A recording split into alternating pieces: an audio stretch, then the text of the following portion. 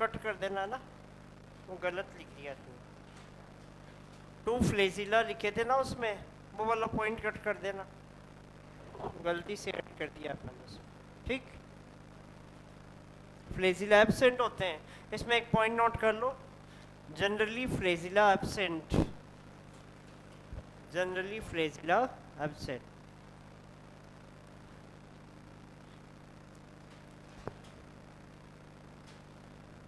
उसके बाद सेकंड अपन बात करते हैं डाइनो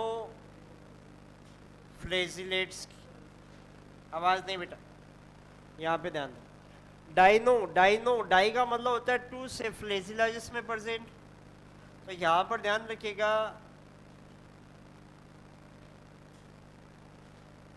मोस्ट ऑफ मेंबर्स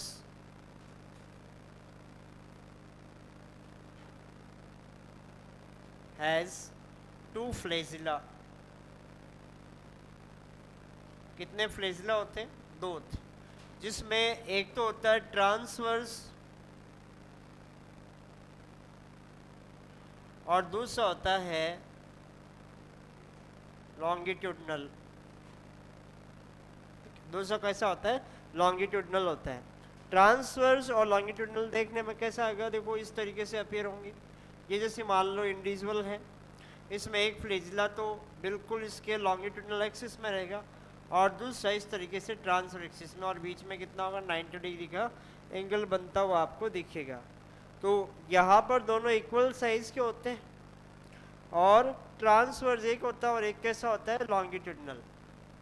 एक कैसा होता है? लॉन्गिट्यूडनल। 2 फ्लेजिला आपको देखने को मिलते हैं। मोस्ट ऑफ मेंबर्स की अगर बात करें, मोस्ट ऑफ मेंबर्स की बात की जाए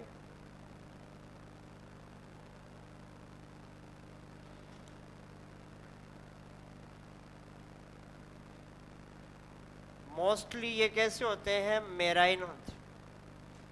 कैसे होते हैं? मेराइन। मेरीन वाटर के अंदर आपको ये देखने को मिलेंगे। दूसरा, मोस्टली फोटोसिंथेटिक होते हैं, मोस्टली फोटोसिंथेटिक। और फोटोसिंथेटिक है तो सीधी सी बात है कैसे होंगे? ऑटोट्रॉफ। कैसे होंगे? ऑटोट्रॉफ टाइप के। क्लियर है? सेल वॉल की बात करें, सेल वॉल जो है वो कैसी होती है? स्टिफ होती है, और इसमें सेलुलोजिक आउटर कवरिंग जो है वो आपको देखने को मिलेगी, यानी सेलुलोजिक सेल वॉल आपको यहाँ पर देखने को मिलती है। सीधे तौर पे अपन बात करें, ठीक है, तो डाई एटम जो थे उसमें सेलुलोज के साथ सिलिका था, और यहाँ पे सेलुलोज के साथ क्या होता है? पेक्टिन होता है। तो सीधे तौर पे अपन सेल वॉल की बात करें तो किसका बना होता है? It is made up of cellulose plus pectin. वहाँ पे किसका बना था? सेलुलोज प्लस सिलिका का। और यहाँ पर किसकी होती है? Cell wall cellulose plus pectin की। ये आपके जैसे इस चैप्टर में तो नहीं लिखा हुआ, पर ये जनरली आपको ध्यान रखना, जब आप सेल वॉल पढ़ते हैं ना सेल बायोलॉजी में, तो वहाँ पर ये पॉइंट आ जाता है। तो ये बेसिक सी बात है, यहाँ पर ध्यान रखिएगा। इसका जो कलर है वो रेड भी हो सकता है, ग्रीन भी हो सकते हैं, ब्लू, येलो, किसी भी टाइप का हो सकता है। और ये डिपेंड करता है किसके ऊपर? It depends on pigment they found in their cell. क्योंकि यूनिसेलुलर है तो सेल के अंदर ही मिलेंगे, पिगमेंट भी कहाँ मिलेंगे? सेल के अंदर ही आपको देखने को मिलेंगे। एक यहाँ पर ध्यान रखिएगा, अपन बात करते हैं रेड डाइनोफ्लेजिलेट की।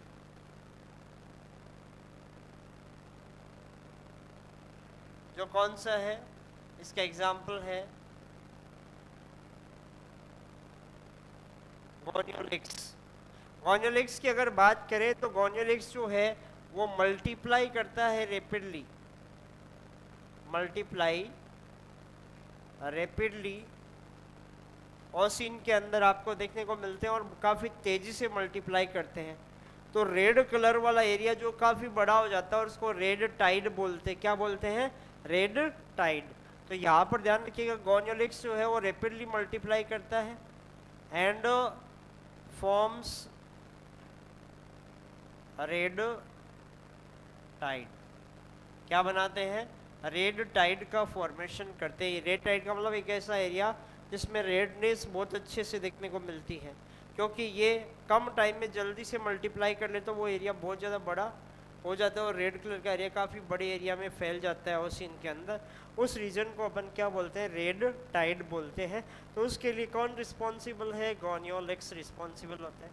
और यहाँ पर ध्यान रखिएगा, ये सिक्रीट करते हैं टॉक्सिन्स, ठीक है। और ये टॉक्सिन क्या करते हैं कि ओशियन में जो दूसरे एनिमल्स होते हैं उनको किल करते हैं, उन पर अटैक करते हैं, जिससे वो क्या होते हैं? मर जाते हैं। और इसका मेन जो टारगेट होता है वो क्या होती है? फिशेस होती है। तो यहाँ पर ध्यान रखिएगा, दे किल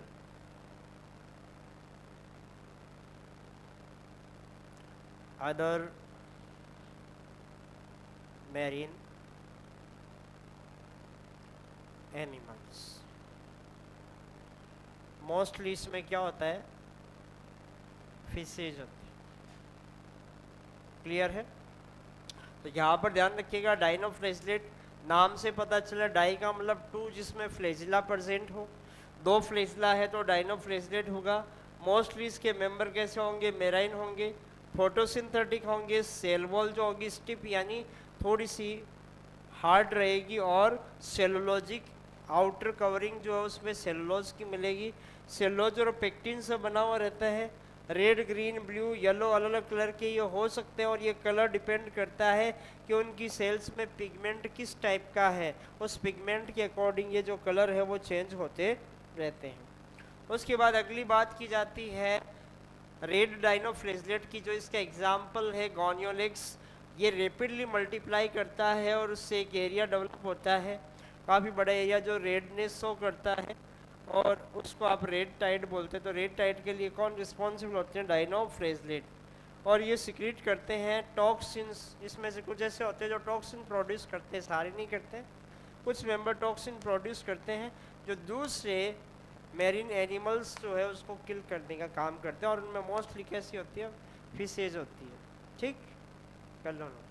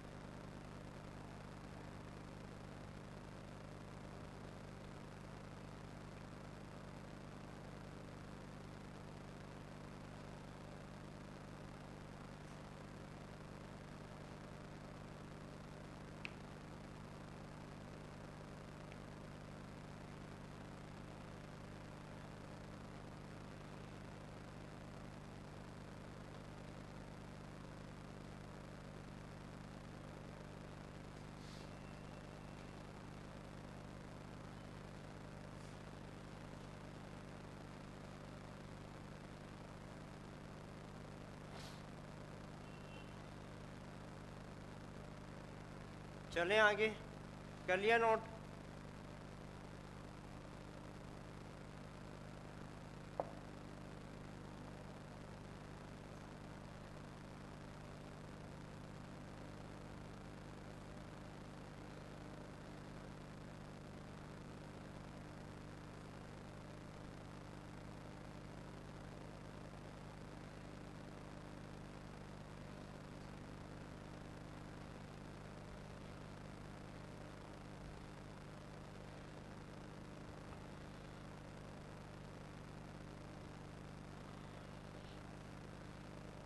देख,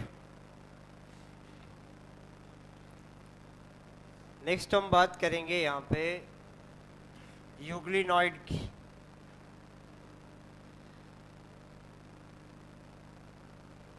यूग्लिनॉइड्स की अगर बात की जाए तो इसमें देखो शुरुआत वाले जो दोनों थे कौन कौन से, क्राइसोफाइट्स एंड डाइनोफ्लेजलेट, उनमें मोस्ट ऑफ द मेंबर कैसे थे, मेरीन थे। और यहाँ पर मोस्टली मेंबर कैसे मिलेंगे, फ्रेश वाटर मिलेंगे। तो यहाँ पर ध्यान रखिएगा, most of members are fresh water. किस टाइप के होते हैं, मोस्टली फ्रेश वाटर होते हैं।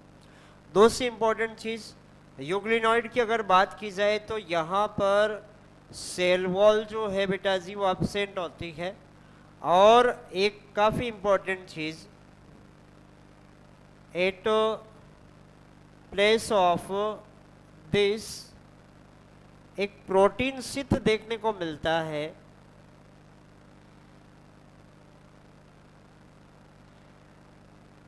एक प्रोटीन की कवरिंग देखने को मिलती है सेल वॉल की जगह। और इस प्रोटीन शीथ की अगर बात करें तो इसको क्या बोलेंगे, इट इज कॉल्ड पेलिकल। क्या बोलते हैं इसको, पेलिकल। तो सेल वॉल की जगह क्या मिलता है, पेलिकल। और पेलिकल किसका बना होता है, प्रोटीन का। ये चीज आप खास तौर से ध्यान रखिएगा, काफी बढ़िया क्वेश्चन बनता है कि प्रोटीन का पेलिकल मिलता है at place of cell wall. ठीक है। दूसरी इंपॉर्टेंट चीज, यूग्लिनॉइड की अगर बात करें तो ये बेटा जी फोटोसिंथेटिक भी हो सकते हैं, फोटोसिंथेटिक भी हो सकते हैं, फोटोसिंथेटिक ऑटोट्रॉप भी हो सकते हैं, और ये हेटेरोट्रॉप भी हो सकते हैं।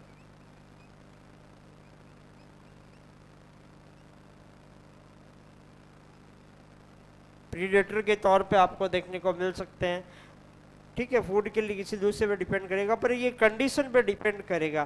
फोटोसिंथेटिक ऑटोट्रॉप तो ये कब होते हैं, इन प्रेजेंस ऑफ सनलाइट।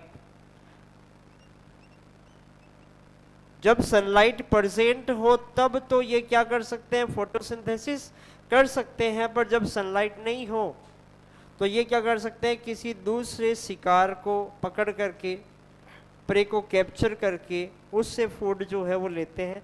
तो प्रीडेटर टाइप का नेचर जो है ये शो करते हैं, इस वजह से हेटेरोट्रॉपिक होते हैं। और ये कब होते हैं, इन एब्सेंस ऑफ सनलाइट। जब सनलाइट नहीं होती है तब ये वाली कंडीशन जो है आपको देखने को मिलती है।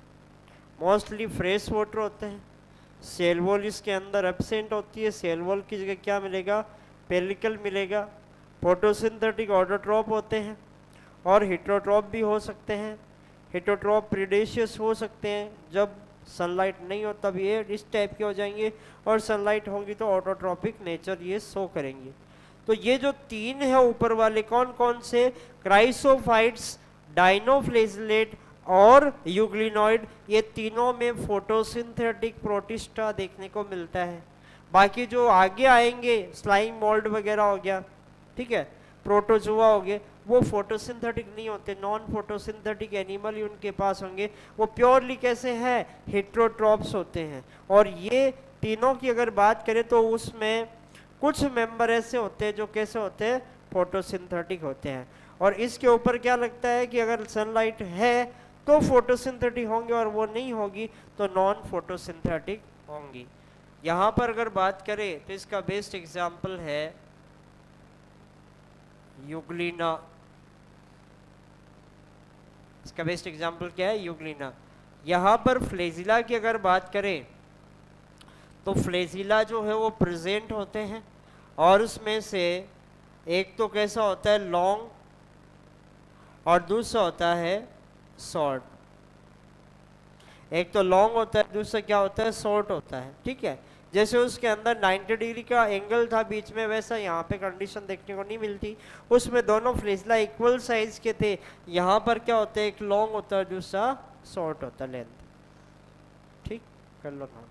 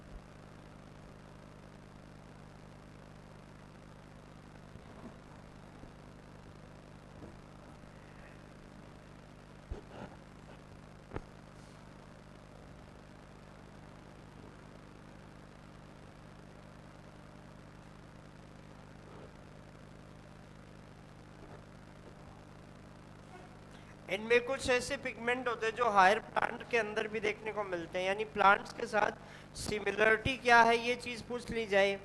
हायर प्लांट से किस तरीके से सिमिलरिटी शो करते हैं, तो पिगमेंट्स को लेकर के सिमिलरिटी शो करते हैं। तो एक पॉइंट ये भी ध्यान रखिएगा, they have pigments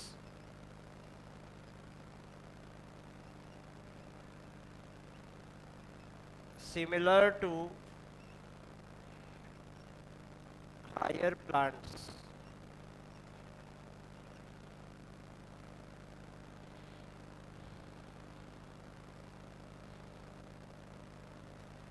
fresh water में भी कौन से में? स्टेगनेंट वाटर के अंदर। स्टेगनेंट वाटर का मतलब जो एक जगह रहता है, जैसे पॉन्ड वगैरह होते हैं ना, उसमें पानी ज़्यादा बहता है, नदी वगैरह होती है, रिवर्स होती है, तो उनमें तो बहता रहता है पानी। पर पॉन्ड वगैरह होते हैं उसमें एक जगह पे मिलता है, तो ऐसी जगह पे आपको ये ज़्यादा देखने को मिलेंगे।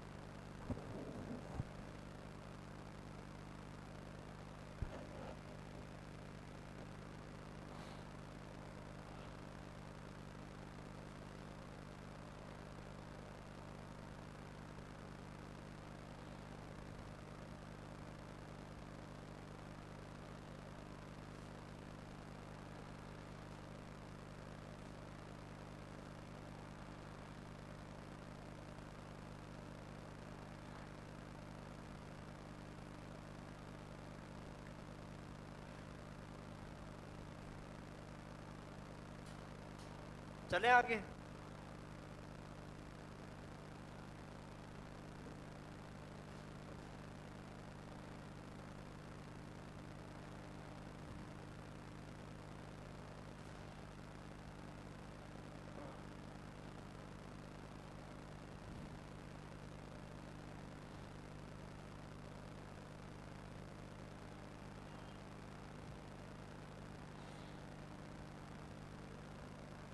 देख, उसके बाद जो आते हैं वो आते हैं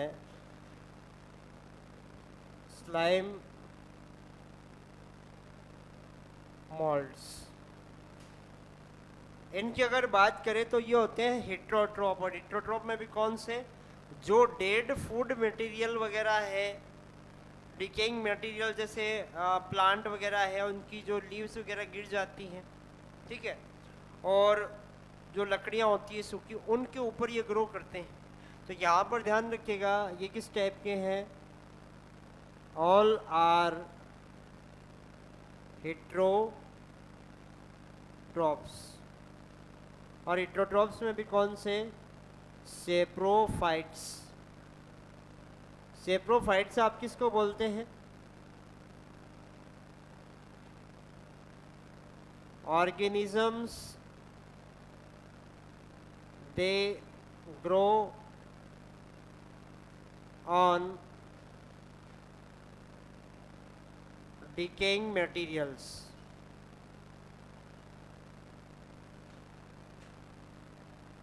ठीक है, डिकेइंग जो मटेरियल्स होते हैं जैसे प्लांट की लीव्स वगैरह होती है, ठीक है, उसकी जो लकड़ियाँ वगैरह होती है छोटी सूखी, तो उनके ऊपर वो क्या करते हैं, ग्रो करते रहते हैं।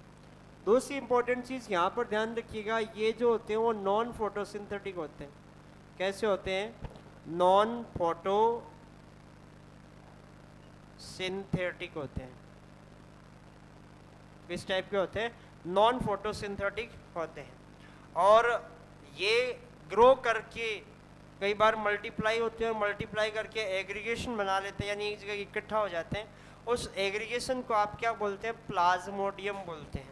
तो यहाँ पर ध्यान रखिएगा, ये क्या करते हैं, they aggregate and forms a cluster. और इनका जो एग्रीगेशन है इसको अपन क्या बोल देंगे, इट इज कॉल्ड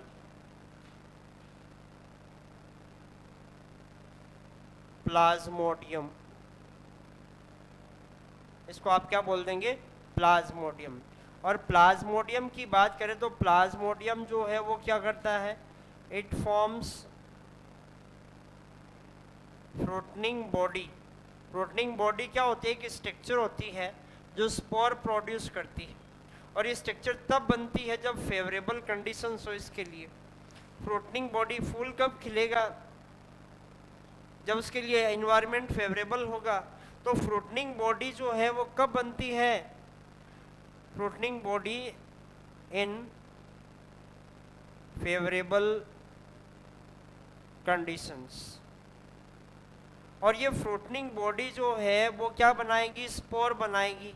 स्पोर बनाने की जरूरत कब पड़ेगी, जब कंडीशन अनफेवरेबल हो जाए, कंडीशन उसके हिसाब से नहीं हो, ठीक है, जो उसको ग्रो करने के लिए कंडीशन चाहिए वैसी वाली कंडीशन नहीं है, तो वो क्या करते हैं, वो स्पोर बना लेते हैं अपने आप को सरवाइव करवाने के लिए।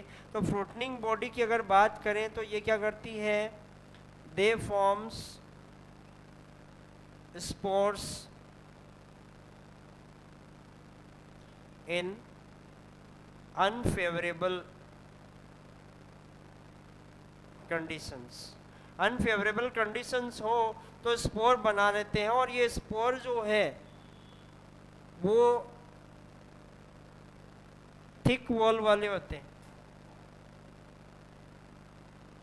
थिक और हार्ड वॉल इसके ऊपर आपको देखने को मिलती है। जैसे पोलन पे मिलती है ना, पोलम लाखों सालों तक जिंदा रह सकते हैं, तो वैसे ये स्पोर जो है वो भी बड़े काफ़ी लंबे टाइम तक सरवाइव कर सकते हैं, क्योंकि इनके ऊपर क्या होती है, थिक वॉल होती है। Due to this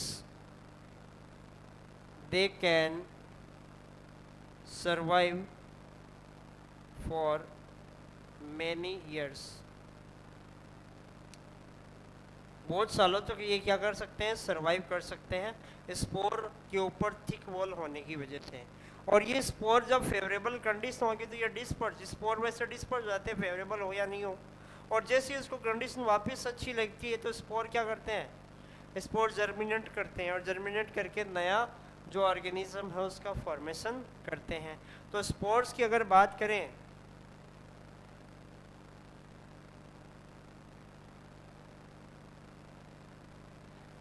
and forms new organism from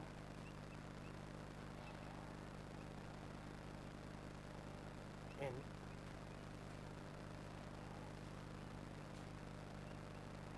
अब आपसे ये पूछा जाएगी फेवरेबल कंडीशन है तो कौन बनेगा, फ्रूटनिंग बॉडी बनेगी। अनफेवरेबल कंडीशन है तो फ्रूटनिंग बॉडी में क्या बनेंगे, स्पोर बनेंगे। फेवरेबल कंडीशन वापस आ जाएगी तो फिर से क्या होगा, स्पोर का जो जर्मिनेशन है वो होगा और जर्मिनेट होकर के क्या बनाएंगे, नए ऑर्गेनिज्म का फॉर्मेशन ये करेंगे। क्लियर है, बात समझ में आई, क्या बोलने की कोशिश की जा रही है यहाँ पे। स्लाइम मोल्ड की बात करें, मोल्ड क्या होता है कि जो डिकेइंग या डेड मटेरियल पे ग्रो करते हैं उनके लिए मोल्ड टर्म जनरली यूज होता है। तो ये डेड मटेरियल है, डिकेइंग मटेरियल है, ठीक है, उनके ऊपर ये ग्रो करते हैं और उसी वजह से इनको क्या बोलते हैं आप, सेप्रोफाइट। तो फूड के लिए दूसरी चीज़ों पे डिपेंड है तो क्या हो गए, हिट्रोट्रोप हो गए। दूसरा नॉन फोटोसिंथेटिक होते हैं, फोटोसिंथेसिस वाले जो पिगमेंट होते हैं वो इनके पास नहीं मिलते, इस वजह से फोटोसिंथेसिस परफॉर्म नहीं करते। मैंने बताया था शुरू की जो 3 ग्रुप थे वही फोटोसिंथेसिस कर सकते हैं, उसके बाद वाले नहीं कर सकते क्योंकि कम्प्लीटली हेट्रोट्रॉप होते हैं। प्लाज्मोडियम, इनका एग्रीगेशन ये एक जगह इकट्ठा हो जाएंगे ग्रो करके तो उससे जो एग्रीगेशन बनेगा उसको प्लाज्मोडियम बोलते हैं। प्लाज्मोडियम वैसे प्रोटोजोआ के अंदर आते हैं पर यहाँ पर इसके एग्रीगेशन को भी आप क्या बोलते हैं, प्लाज्मोडियम बोलते हैं। तो प्लाज्मोडियम जो है उसमें एक स्ट्रक्चर बनती है जिसको बोलते हैं फ्रूटिंग बॉडी और ये फेवरेबल कंडीशन आती है तब ये बनती है। इसके अंदर स्पोर का फॉर्मेशन होता है और स्पोर जो होते हैं वो कैसे बनते हैं, जब कंडीशन उसके फेवर में नहीं हो, फ्रूटिंग बॉडी के लिए फेवरेबल कंडीशन नहीं हो तो स्पोर बनते हैं ताकि इसके जो बीज हैं या एक तरीके से आप बोल सकते हैं कि इनका जो सर्वाइवल वाली जो प्रोजेनी है या एम्ब्रियो ही है वो लंबे टाइम तक सरवाइव कर सके। तो ये स्पोर जो होते हैं बेटा जी, इनके ऊपर थिक और हार्ड वॉल होती है जिसकी वजह से ये काफ़ी सालों तक जो है सरवाइव कर सकते हैं, वैसे के वैसे पड़े रहते हैं। और जैसे उसको फेवरेबल कंडीशन मिलेगी स्पोर जो होंगे वो जर्मिनेट होंगे और न्यू ऑर्गेनिज्म का फॉर्मेशन हर एक स्पोर से हो जाएगा। क्लियर कर लो।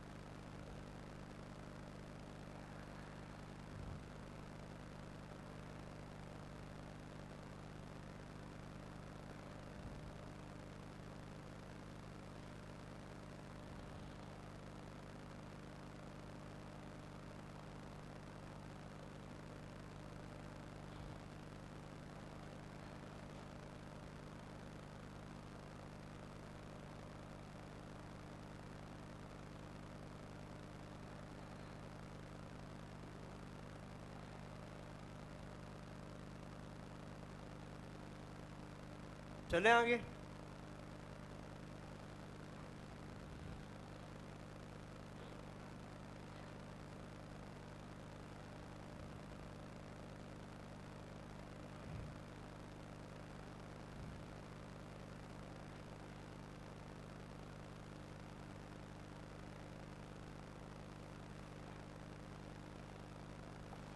देख,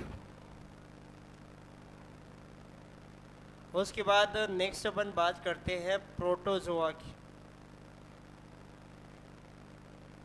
प्रोटो टर्म जो है इसका मतलब हो गया प्रिमिटिव, जोआ का मतलब हो गया एनिमल्स। ठीक है, तो आप इसको प्रिमिटिव एनिमल्स भी कंसिडर कर सकते हैं, क्योंकि एनिमल लाइक प्रॉपर्टीज के अंदर देखने को मिलती है। तो यहाँ पर ध्यान रखिएगा, they are primitive animals. Primitive animals है, ट्रू एनिमल्स नहीं है, ध्यान रखना। ठीक है, कैसे होते हैं? यूनिसेलुलर होते हैं, और यूनिसेलुलर में भी ये फ्री लिविंग हो सकते हैं, और ये पैरासाइटिक भी हो सकते हैं।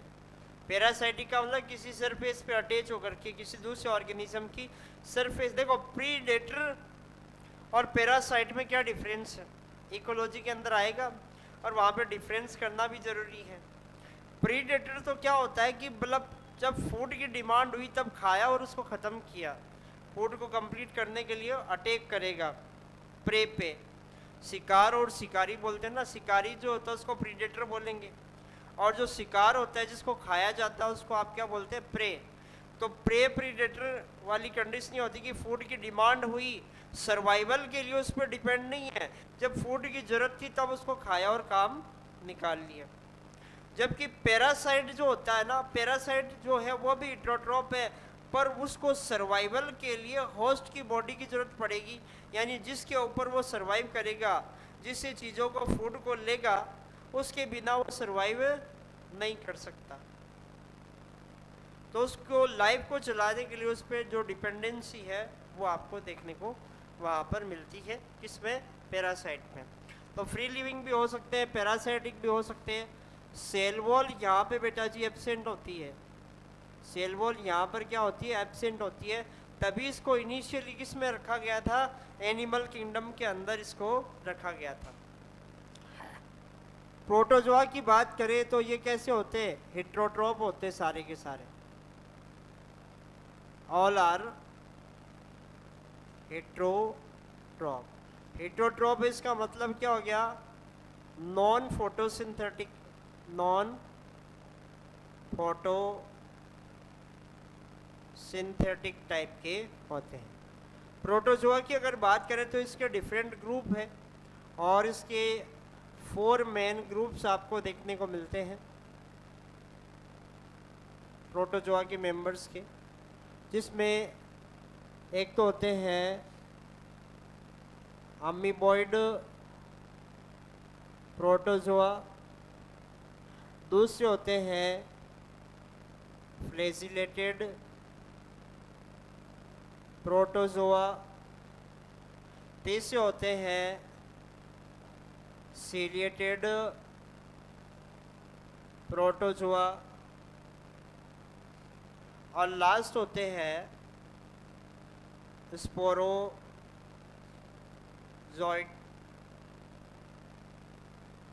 Protozoa.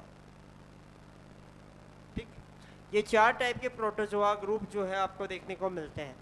Amoeboid, amoeba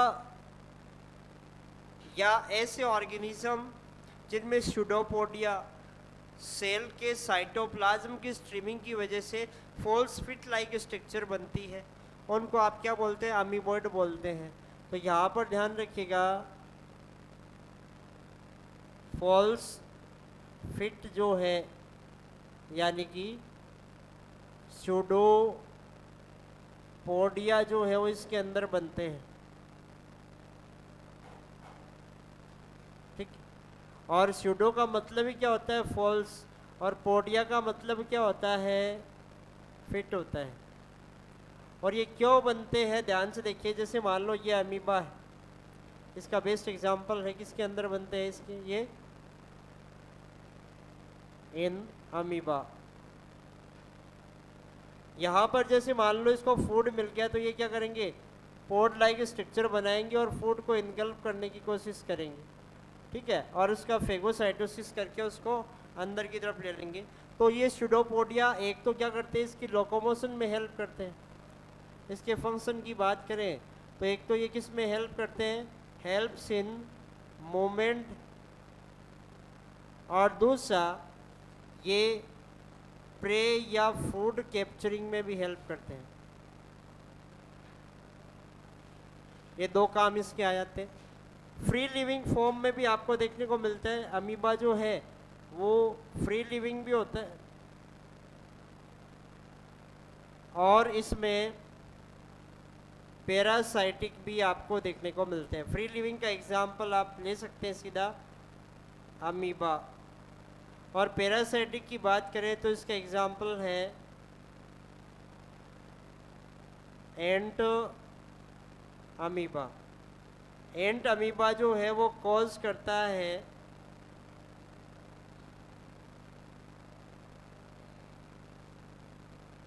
अमीबियसिस।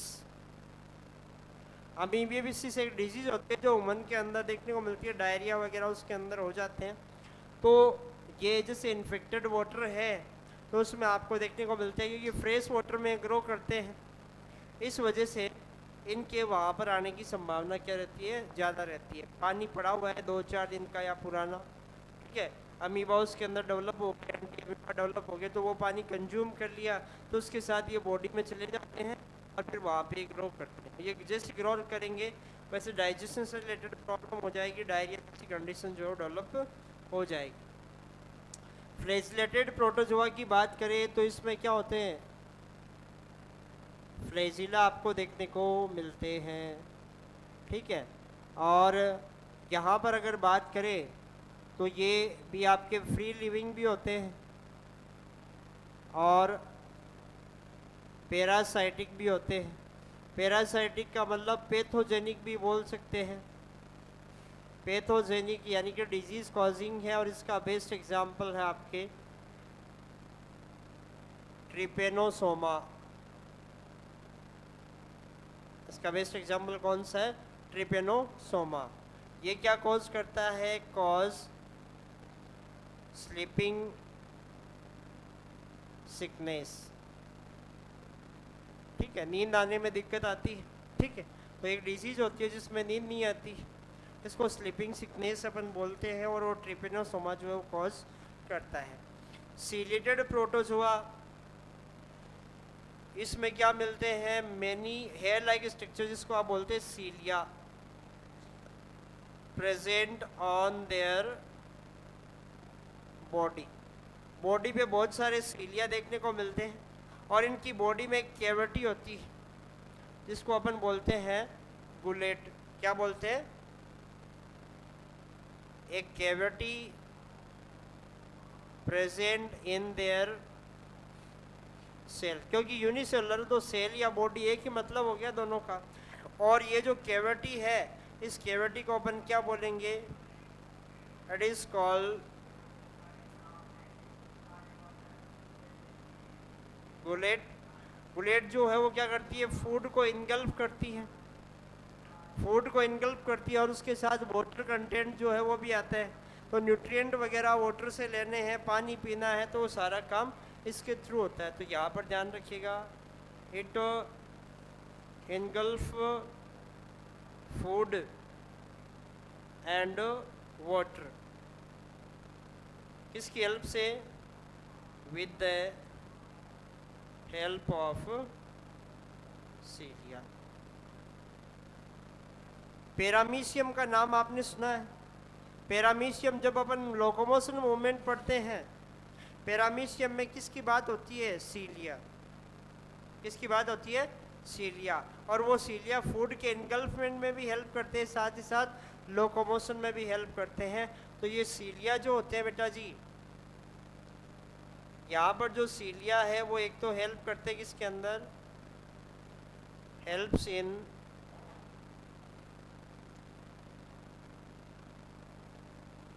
capturing food और prey, और दूसरा ये लोकोमोशन में भी हेल्प करते हैं, लोकोमोशन के अंदर भी ये हेल्प करेंगे। एग्जाम्पल क्या है इसका? पैरामीशियम। एग्जाम्पल क्या है? पैरामीशियम। लास्ट है स्पोरोजोइट। इसमें क्या होता है कि इनकी लाइफ साइकिल जब चलती है तो ये मोस्टली पैरासाइटिक फॉर्म होती है, और इसमें क्या होता है, स्पोर लाइक स्ट्रक्चर बनती है, और वो स्पोर लाइक स्ट्रक्चर जो होती है वो क्या करती है, एक इन्फेक्शियस फॉर्म होती है जो इन्फेक्शन कॉज करती है। जैसे ह्यूमन के अंदर मलेरिया होता है, किससे होता है? प्लाज्मोडियम से। प्लाज्मोडियम की कौन सी फॉर्म इन्फेक्शन करती है? स्पोरोजोइट। कौन सी करती है? स्पोरोजोइट। तो वो स्पोर लाइक फॉर्म थी उसकी, और उसने इन्फेक्शन कॉज किया, तो ये क्या होते हैं बेटा? पैरासाइटिक होते हैं।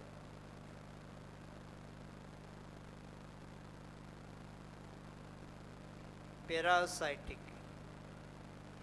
और इसमें एक चीज आप ध्यान रखिएगा, हैव स्पोर लाइक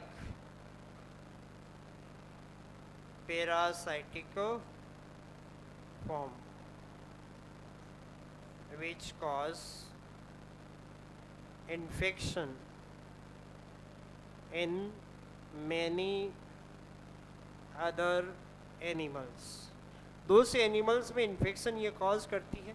इसका बेस्ट एग्जाम्पल है प्लाज्मोडियम। एक प्लाज्मोडियम अपन ने कहाँ पढ़ा था? स्लाइम मोल्ड में पढ़ा था ना। स्लाइम मोल्ड में क्या होते हैं? क्लस्टर बन जाता है जिसको आप प्लाज्मोडियम बोलते हैं। यहाँ पर जो प्लाज्मोडियम है वो एक पर्टिकुलर ऑर्गेनिज्म है, किसका? प्रोटोजोआ को। वहाँ पे जो एग्रीगेशन हुआ था उसको प्लाज्मोडियम नाम दिया था, और यहाँ पे जो प्लाज्मोडियम है वो प्रोटोजोआ का एक मेंबर है, हैज स्पोरोजोइट।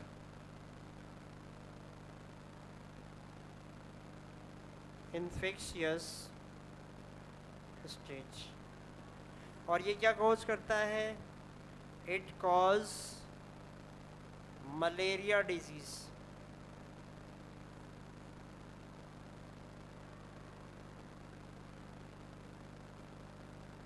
ह्यूमन के अलावा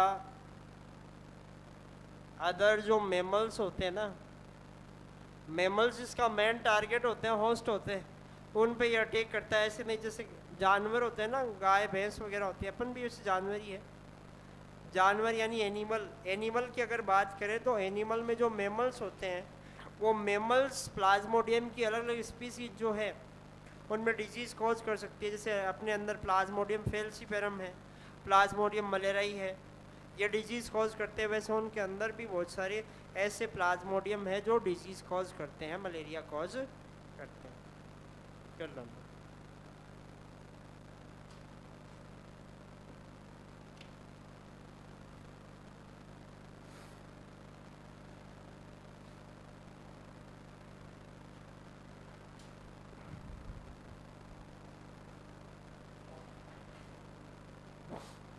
इसी के साथ प्रोटिस्टा भी कंप्लीट। अब इसमें बस एक ही बचा है, फंजाई। प्लांट और एनिमल आप पढ़ चुके हैं दोनों के दोनों, तो केवल फंजाई और उसके बाद वायरस लास्ट में। वायरस के बारे में और पढ़ेंगे थोड़ा सा।